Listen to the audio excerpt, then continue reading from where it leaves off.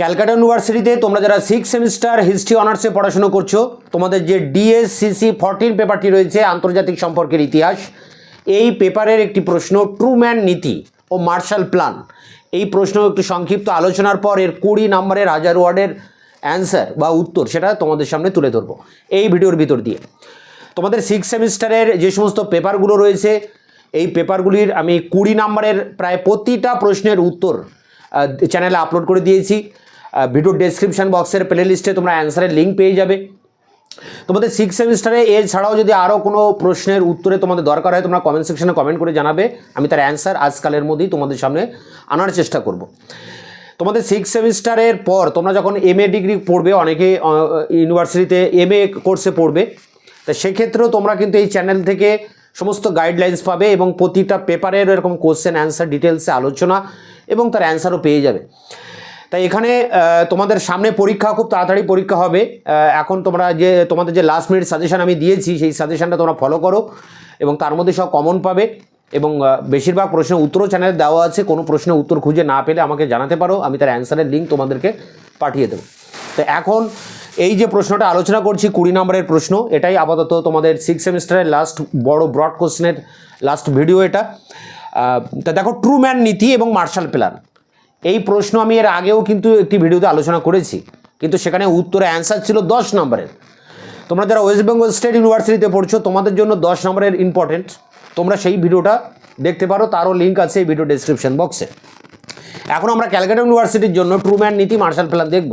প্রশ্নটা ডিরেক্ট এভাবে আসতে পারে, ঘুরিয়ে আসতে পারে যে দ্বিতীয় বিশ্বযুদ্ধের জন্য ট্রুম্যান নীতি মার্শাল প্ল্যান মানে ঠান্ডা লড়াইয়ের জন্য কতটা দায়ী ছিল, বা ট্রুম্যান নীতি মার্শাল প্ল্যান ঠান্ডা লড়াইকে কিভাবে ত্বরান্বিত করেছিল।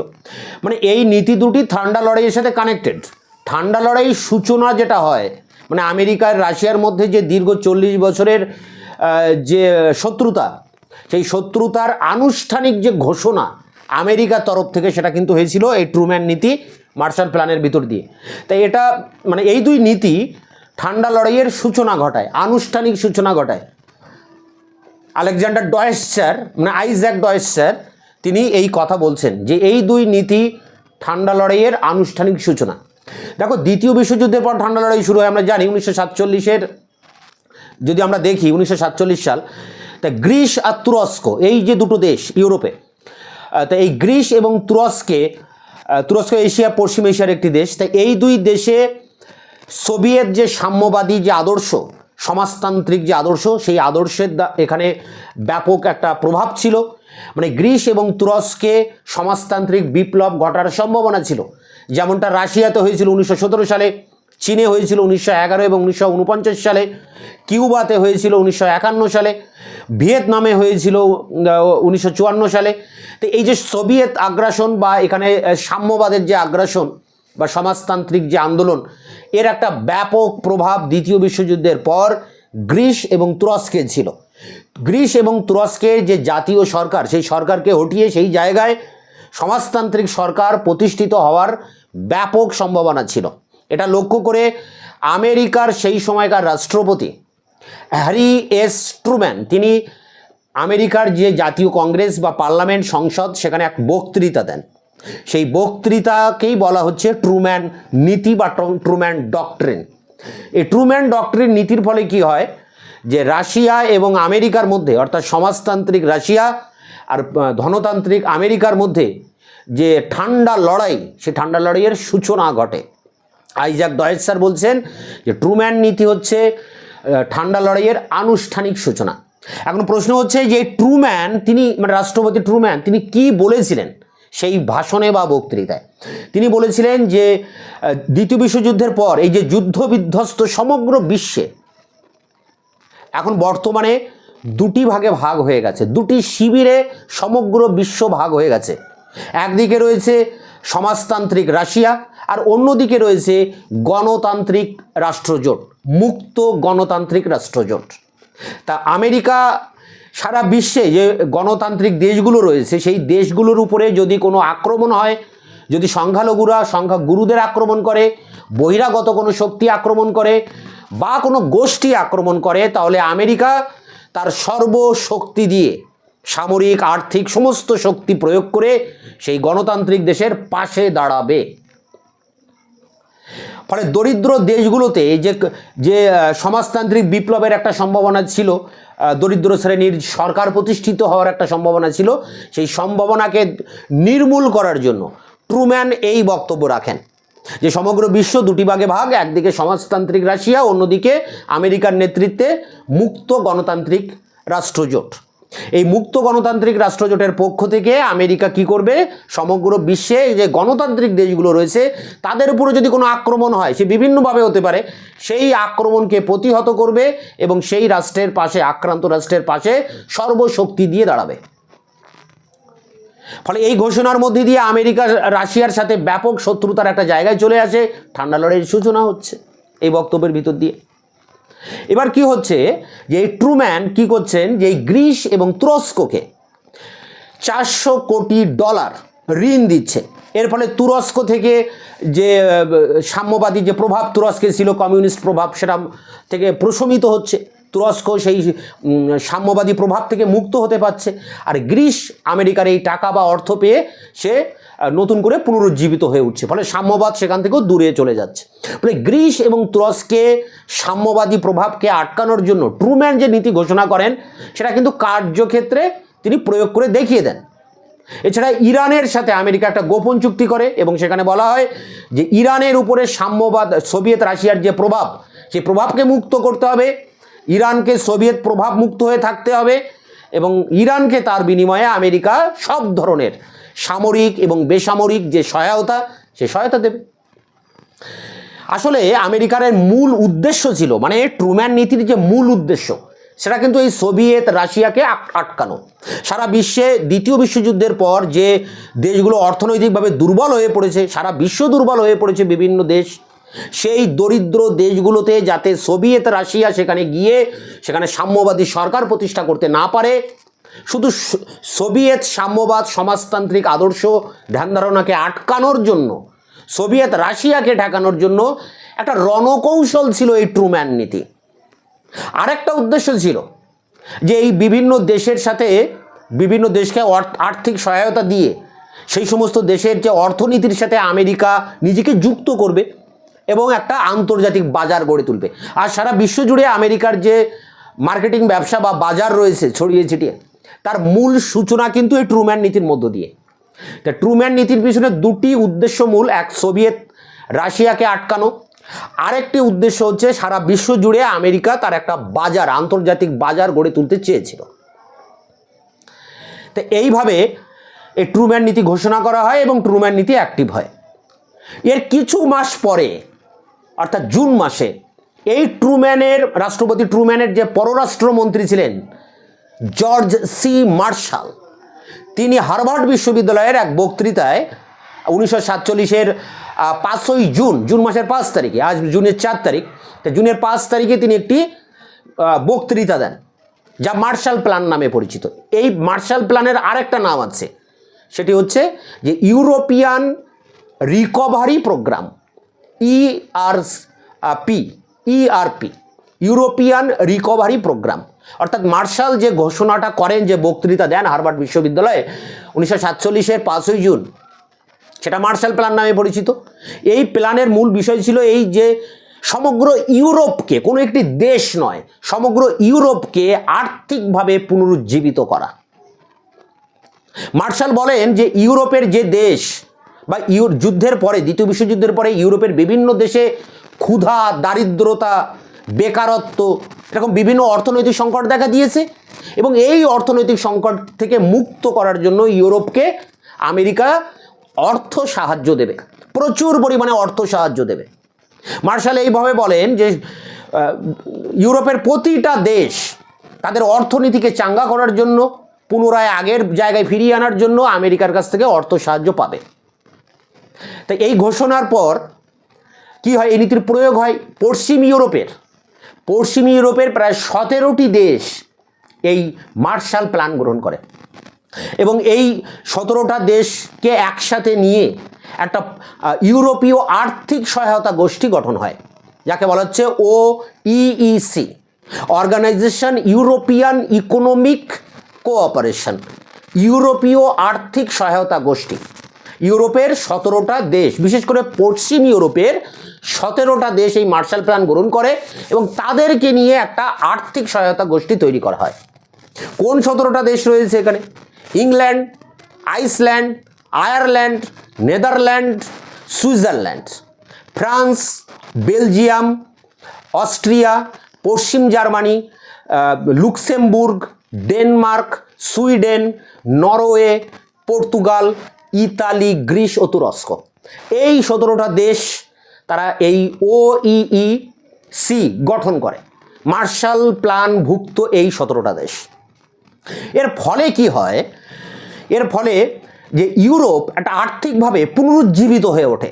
দ্বিতীয় বিশ্বযুদ্ধে অর্থনৈতিকভাবে ইউরোপে যে ক্ষতি হয়, আমেরিকা প্রচুর পরিমাণে এই অর্থ ঋণ দেওয়ার ফলে মার্শাল প্ল্যান অনুযায়ী ইউরোপ পুনরুজ্জীবিত হয়ে ওঠে। 1848 থেকে 51 এই যে 4 বছরের যে অর্থবর্ষ আমেরিকার, এই অর্থবর্ষে প্রায় $12,000 মিলিয়ন আমেরিকা ইউরোপকে অর্থ সাহায্য দেয়, এই 17টা রাষ্ট্রকে অর্থ সাহায্য দেয়। ফলে এই 17টা রাষ্ট্র এই $12,000 কোটি ঋণ পেয়ে তারা আর্থিকভাবে পুনরুজ্জীবিত হয়ে ওঠে। ইউরোপের যে শিল্পের যে উৎপাদন সেটা 25% বেড়ে যায়, কৃষিক্ষেত্রে উৎপাদন 10% বেড়ে যায়।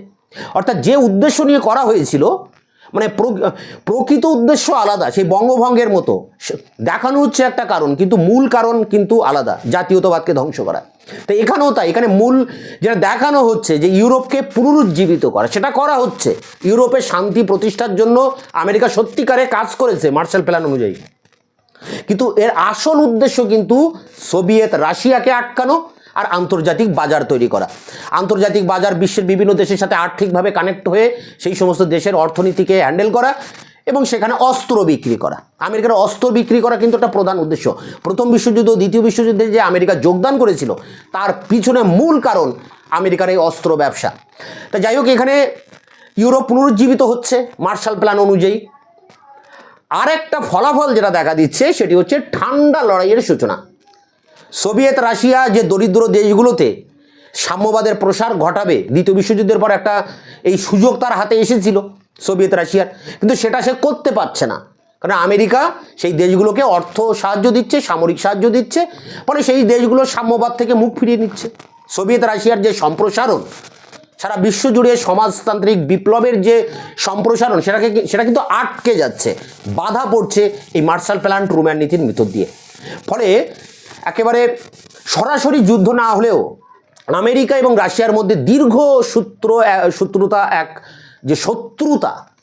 দীর্ঘদিনের এক শত্রুতার পরিবেশ তৈরি হচ্ছে, যেটা ঠান্ডা লড়াই বলছি আমরা, তার সূচনা হচ্ছে। অ্যাকচুয়ালি ট্রুম্যান নীতির যে বাস্তব প্রয়োগ সেটা ছিল এই মার্শাল প্ল্যান, মানে ট্রুম্যান নীতিকে আরও বেশি কার্যকর করে সেটাকে চালু করার নীতি ছিল মার্শাল প্ল্যান। ট্রুম্যান আমেরিকার রাষ্ট্রপতি, তিনি এই ঘোষণা করেন 1947-এর 12ই এখানে মার্চ। আর ঠিক কয়েক মাস বাদেই তারই পররাষ্ট্রমন্ত্রী জর্জ সি মার্শাল তার এই ট্রুম্যান নীতিকে আরও বেশি কার্যকর করার জন্য তিনি জুন মাসের 5 তারিখে হার্ভার্ড বিশ্ববিদ্যালয়ে এক বক্তৃতার মধ্য দিয়ে এই মার্শাল প্ল্যান বা ইউরোপীয় আর্থিক পুনরুজ্জীবনের এক বক্তৃতা তিনি দিচ্ছেন, দিয়েই মার্শাল প্ল্যানকে তিনি অ্যাক্টিভ করছেন।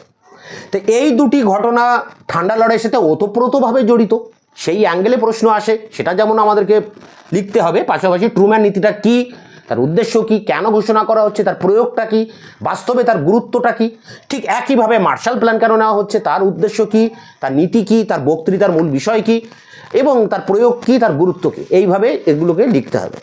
20 নম্বরের অ্যান্সার এবার তুলে ধরছি অন স্ক্রিনে।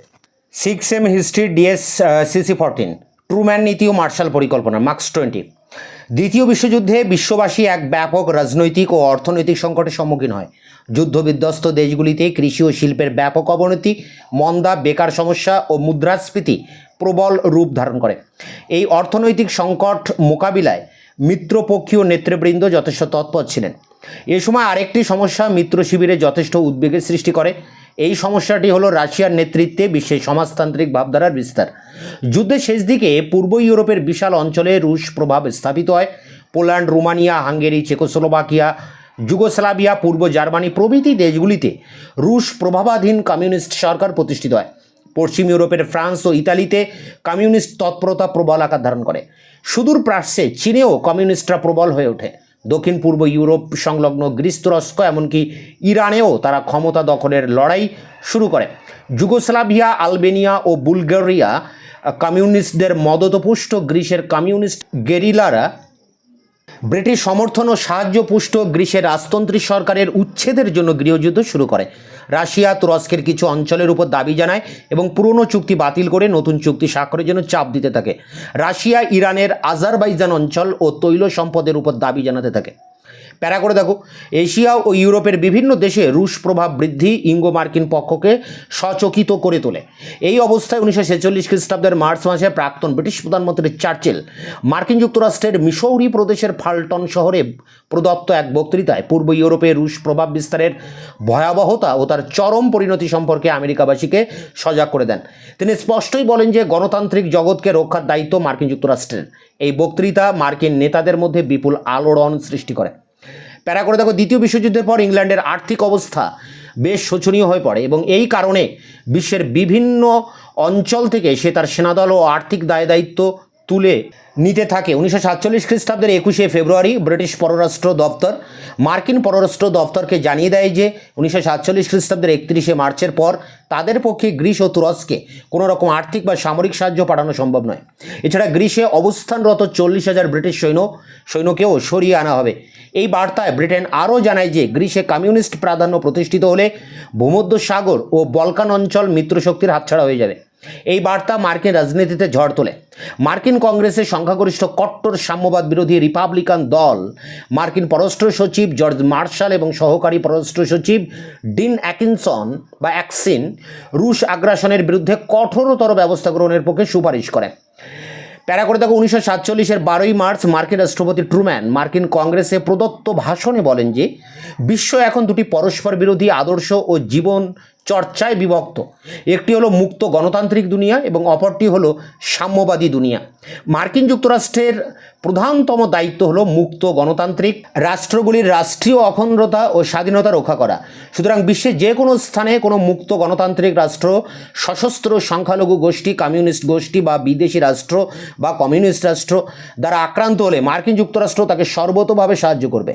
মার্কিন রাষ্ট্রপতি ট্রুম্যান এই ঘোষণা ট্রুম্যান নীতি বা ট্রুম্যান ডক্ট্রিন নামে পরিচিত। এই নীতি অনুসারে গ্রিস ও তুরস্কে $400 কোটি পাঠানো হয়। এটা 40 লেখা আছে, এটা মিস্টেক আছে, 400 কোটি হবে। $400 কোটি সাহায্য পাঠানো হয় এবং ওই দুটি দেশের সাম্যবাদী তৎপরতা প্রশমিত হয়।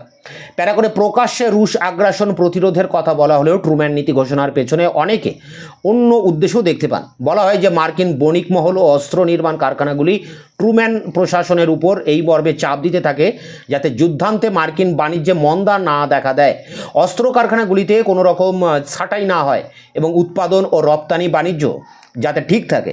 তাই তাদের চাপেই ট্রুম্যান এই নীতি গ্রহণে বাধ্য হন। অনেকে আবার বলেন যে ট্রুম্যান নীতির প্রকৃত উদ্দেশ্য ছিল মার্কিন সাহায্য বা ঋণ দানের নাম করে পৃথিবীর বিভিন্ন দেশে বিনা শুল্কে অর্থলগ্নি, শিল্পদ্রব্য ও অস্ত্র বিক্রি করা। এখানে একটি কথা বলা দরকার যে মহান উদ্দেশ্যের পরিপ্রেক্ষিতে এই নীতি ঘোষণা করা হয় সেই অবস্থা কিন্তু গ্রিসে বা তুরস্কে বিদ্যমান ছিল না। তুরস্ক বা গ্রিস দুটির কোনোটিই কিন্তু গণতান্ত্রিক রাষ্ট্র ছিল না। প্যারা করে দেখো, মার্কিন পররাষ্ট্রনীতির ক্ষেত্রে ট্রুম্যান নীতি হলো এক যুগান্তকারী পদক্ষেপ। দ্বিতীয় বিশ্বযুদ্ধের আগে পর্যন্ত মার্কিন যুক্তরাষ্ট্রের পররাষ্ট্রনীতির মূল চালিকা বা চরিত্র ছিল নিষ্ক্রিয়তা ও নির্লিপ্ততা। দ্বিতীয় বিশ্বযুদ্ধের কালে আমেরিকা এই নিরাসক্ত মনোভাব কাটিয়ে ওঠে।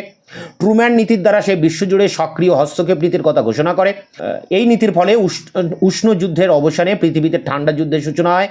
ঐতিহাসিক আইজ্যাক ডয়েসচার ট্রুম্যান নীতিকে ঠান্ডা লড়াইয়ের আনুষ্ঠানিক ঘোষণা বলে অভিহিত করেছেন। মার্শাল পরিকল্পনা। এবার ট্রুম্যান নীতি হলো মার্শাল। কেবল ট্রুম্যান নীতি নয়, পশ্চিম ইউরোপে রুশ প্রভাব প্রতিরোধ কল্পে মার্কিন যুক্তরাষ্ট্র ইউরোপীয় পুনরুজ্জীবন পরিকল্পনা, ইউরোপিয়ান রিকভারি প্রোগ্রাম বা ERP নামে এক পরিকল্পনার কথা ঘোষণা করে। এই পরিকল্পনার রচয়িতা ছিলেন মার্কিন পররাষ্ট্র সচিব জর্জ সি মার্শাল। এই কারণে এই পরিকল্পনা মার্শাল পরিকল্পনা বা মার্শাল প্ল্যান নামেও অভিহিত। মার্শাল পরিকল্পনা হলো ট্রুম্যান নীতির অর্থনৈতিক সম্প্রসারণ। এবং এই মার্শাল পরিকল্পনার মাধ্যমেই ট্রুম্যান নীতির সার্থক প্রয়োগ হয়। ট্রুম্যান নীতি ঘোষণার পরেও পশ্চিম ইউরোপে আর্থিক ও রাজনৈতিক সংকট তীব্রতর হয়ে ওঠে। ইংল্যান্ড, ফ্রান্স প্রভৃতি দেশে উৎপাদন প্রবলভাবে হ্রাস পায়। ইউরোপে কয়লা উৎপাদন একরকম বন্ধ হয়ে যায় এবং ইংল্যান্ডের প্রায় অর্ধেক কলকারখানায় তালা পড়ে। ফ্রান্স ও ইতালিতে কমিউনিস্টদের প্রভাব যথেষ্ট পরিমাণ বৃদ্ধি পায়। ফ্রান্সের প্রায় 80% শ্রমিক কমিউনিস্ট দলের অন্তর্ভুক্ত হয়ে সেখানে কমিউনিস্ট ও সমাজতন্ত্রীরা একটি যৌথ মন্ত্রিসভা গঠন করে। এই অবস্থার পরিপ্রেক্ষিতে মার্কিন যুক্তরাষ্ট্র যথেষ্ট উদ্বিগ্ন হয়ে পড়ে। তাদের ধারণা হয় যে সাম্যবাদের গতিরোধ করতে না পারলে অচিরেই সমগ্র পশ্চিম ইউরোপ রাশিয়ার প্রভাবাধীন অঞ্চলে পরিণত হবে এবং এর ফলে মার্কিন যুক্তরাষ্ট্রের নিরাপত্তা বিঘ্নিত হবে। এই কারণে মার্কিন প্রশাসন পশ্চিম ইউরোপের অর্থনৈতিক পুনরুজ্জীবনের দিকে নজর দেয়।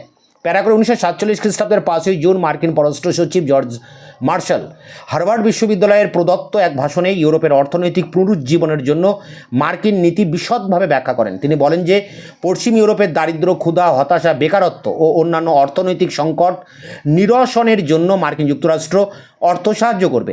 প্রস্তাবে বলা হয় যে প্রতিটি সাহায্য গ্রহণকারী দেশকে মূল মার্কিন পরিকল্পনা অনুযায়ী সাহায্যপ্রাপ্ত অর্থ ব্যয় করতে হবে এবং সাহায্যপ্রাপ্ত দেশগুলির রাজস্ব মার্কিন পরিকল্পনা অনুযায়ী স্থিরীকৃত হবে।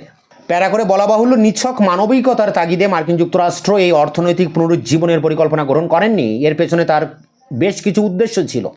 বিভিন্ন দেশে আর্থিক সাহায্য প্রেরণের মাধ্যমে ওই দেশগুলিকে রাশিয়ার সাম্যবাদী প্রভাবের বাইরে রাখা, আর্থিক সাহায্যের মাধ্যমে পশ্চিম ইউরোপের অর্থনৈতিক পুনরুজ্জীবন ঘটিয়ে ওই অঞ্চলে মার্কিন ব্যবসা বাণিজ্যের পথ উন্মুক্ত করা।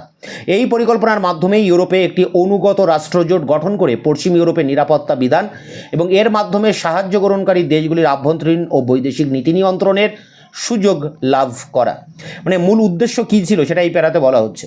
প্যারা করে এই ব্যাপারে আলোচনার উদ্দেশ্যে 1947 খ্রিস্টাব্দের জুন মাসে ইংল্যান্ড, ফ্রান্স ও সোভিয়েত ইউনিয়নের পররাষ্ট্রমন্ত্রীদের এক সভা বসে। এই সভায় রুশ পররাষ্ট্রমন্ত্রী মলোটভ মার্শাল পরিকল্পনার তীব্র সমালোচনা করে, এই পরিকল্পনা প্রত্যাখ্যান করে। তিনি বলেন যে এই পরিকল্পনা অনুযায়ী সাহায্য গ্রহণকারী দেশগুলির সার্বভৌমত্ব বিনষ্ট হবে, সাহায্য গ্রহণকারী দেশগুলির আভ্যন্তরীণ ব্যাপারে হস্তক্ষেপ করবে। তার মতে মার্শাল পরিকল্পনা হলো ডলার সাম্রাজ্যবাদের পরিবর্তিত রূপ। রুশ প্রভাবিত পূর্ব ইউরোপ এই পরিকল্পনা বয়কট করে। প্যারা করে ইংল্যান্ড, ফ্রান্স, বেলজিয়াম, তুরস্ক, পশ্চিম জার্মানি সহ পশ্চিম ইউরোপের 16টি দেশ এই পরিকল্পনা গ্রহণ করে এবং এই দেশগুলি একত্রিত হয়ে ইউরোপীয় অর্থনৈতিক সহযোগিতা সংস্থা ইউরোপিয়ান ইকোনমিক কোঅপারেশন বা ইইসি গঠন করে। 1948 খ্রিস্টাব্দে মার্কিন কংগ্রেস এক আইন পাশ করে ইউরোপীয় পুনরুজ্জীবন পরিকল্পনা বা ইউরোপিয়ান রিকভারি প্রোগ্রাম বা ইআরপি গ্রহণ করে। এই আইন অনুসারে 1948 থেকে 51 খ্রিস্টাব্দ পর্যন্ত এই 4 বছরের জন্য মার্কিন কংগ্রেস ইউরোপের আর্থিক পুনরুজ্জীবনের জন্য $1200 কোটি মঞ্জুর করে। 1952 খ্রিস্টাব্দে এই পরিকল্পনা পরিসমাপ্তি ঘটে। অপরপক্ষে সোভিয়েত ইউনিয়ন ও তার সহযোগী দেশগুলির সঙ্গে এই পরিকল্পনার কোনো সম্পর্ক ছিল না, তাই রাশিয়া কমিউনিস্ট ইকোনমিক ইউনিয়ন বা কমিকন নামে একটি পরিকল্পনা গ্রহণ করে পোল্যান্ড, পূর্ব জার্মানি, পূর্ব ইউরোপীয় দেশগুলির পুনর্গঠনের জন্য এক প্রস্তাব ঘোষণা করে। প্যারা করে মার্শাল পরিকল্পনা তার উদ্দেশ্য সাধনে পূর্ণ সফল হয়। এই পরিকল্পনার ফলে ইউরোপীয় অর্থনৈতিক জীবনের মন্দাভাব কেটে যায় এবং ইউরোপের উৎপাদনের মাত্রা যুদ্ধপূর্ব কালকে অতিক্রম করে 25% বৃদ্ধি পায়। ইংল্যান্ডের রপ্তানি হার বৃদ্ধি পায়, ফ্রান্সের মুদ্রাস্ফীতি প্রতিহত হয় এবং জার্মানির উৎপাদন 1936 খ্রিস্টাব্দের স্তরে উপনীত হয়। ইউরোপের কৃষি উৎপাদনও 10% বৃদ্ধি পায়। এক কথায় পশ্চিম ইউরোপ তার আর্থিক বিপর্যয় থেকে রক্ষা পায় এবং আর্থিক স্বয়ংভরতা লাভ করে। ইউরোপের বিভিন্ন দেশে গণতান্ত্রিক দলগুলি নির্বাচনে কমিউনিস্ট ও সমাজতন্ত্রীদের পরাজিত করে সরকার গঠন করতে থাকে। এই পরিকল্পনার ফলে ইউরোপীয় রাজনীতি ও অর্থনীতি দুটি পরস্পর বিরোধী শিবিরে ভাগ হয়ে যায় এবং এর ফলে সোভিয়েত ইউনিয়ন ও আমেরিকার মধ্যে ঠান্ডা লড়াই জোরদার হয়ে ওঠে। ইউরোপীয় বা বিশ্ব রাজনীতির ক্ষেত্রে এর ফল শুভ হয়নি। তাই এই ছিল ট্রুম্যান নীতি ও মার্শাল প্ল্যানের উপর 20 নম্বরের প্রশ্ন উত্তর। এটি সংগ্রহ করে পরীক্ষার প্রস্তুতি নাও। তোমাদের বেশিরভাগ প্রশ্ন উত্তর আমি চ্যানেলে আপলোড করে দিয়েছি। তোমাদের পরীক্ষা খুব সামনে, ভালো করে পরীক্ষার প্রিপারেশনও আশা করি সব প্রশ্ন কমন পাবে, পরীক্ষা ভালো হবে। যদি তোমরা কেউ মাস্টার ডিগ্রিতে পড়ো তখন আবারও তোমাদের সাথে দেখা হবে। ততক্ষণে তোমরা চ্যানেলকে সাবস্ক্রাইব করে রাখবে, বন্ধুদের কাছে শেয়ার করবে।